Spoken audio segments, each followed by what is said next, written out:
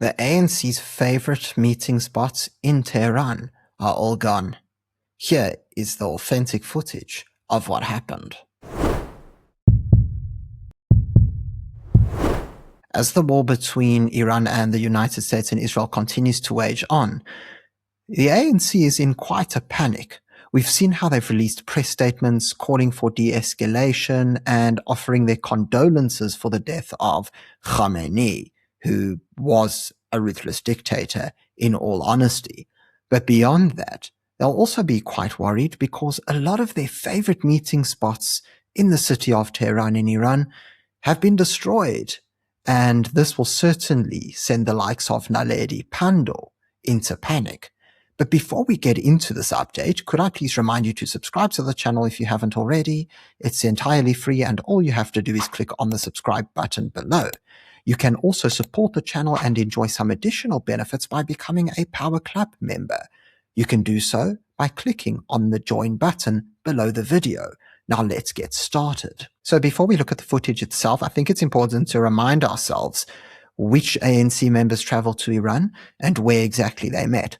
So here we have Naledi Pandor, and she met with Raisi, the previous Iranian president. And what's important to note about this specific meeting is that the two of them met in late October after the October 7th massacre by Hamas on Israel. Now, this is incredibly important because very early on in the war, we know that the ANC decided to take the side of Hamas and Iran and its other allies, even though Israel hadn't even started its ground incursion into Gaza at that time.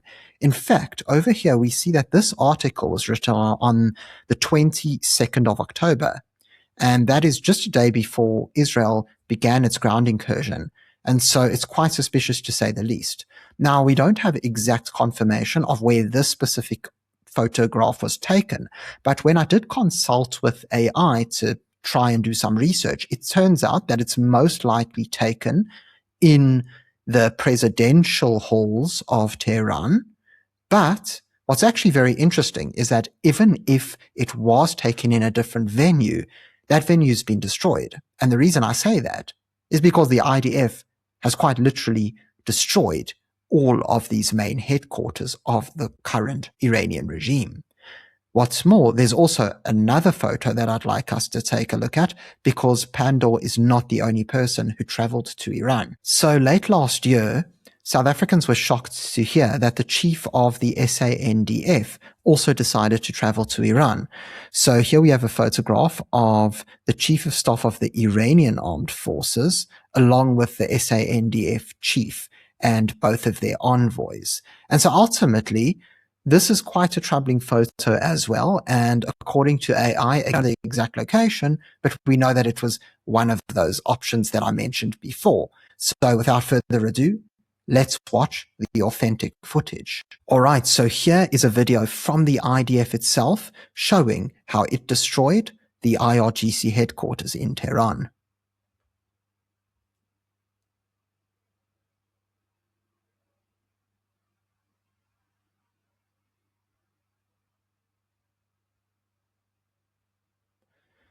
And there you have it.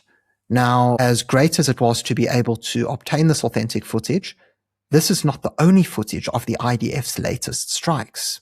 You see, the home of Ayatollah Khamenei was actually struck the morning that this battle began, and that is actually where he was eliminated. So as we can see here, this is the before and the after photos of Khamenei's compound. Now, it's important to understand that not only did Khamenei live here, but he also happened to do a lot of his work here. It had meeting rooms, conference areas. A lot of top officials in the Iranian government and the IRGC would convene there. And so it wasn't just a home to him, but really a base of operation, sort of like how the White House is for the United States president. Now, if you thought that those two strikes were notable, we're not even finished yet.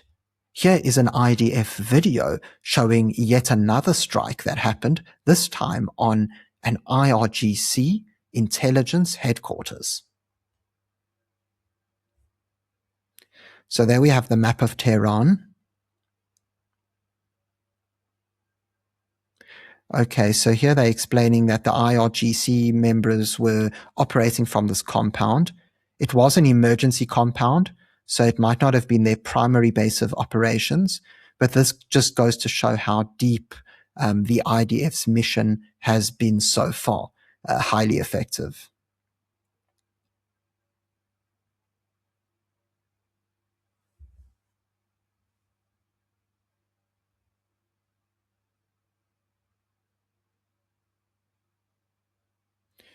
Right, now we actually have two more images that I'd like to go through with you, again, of crucial headquarters for Iran. So late on March the 1st, we saw the Tharala headquarters belonging to the IRGC also being taken out. Now, it might be confusing to hear of all these different kinds of headquarters, and once we go through the final image, which is right after this, I'm going to break it all down for you in order to make it as easy to understand as possible. So here we've got the Tharala headquarters, and this was dedicated to defending Tehran from military threats and responsible for the stability of the Iranian terrorist regime, and it has been destroyed. And finally, we have the last one that I had to show you, which is the General Staff for Internal Security.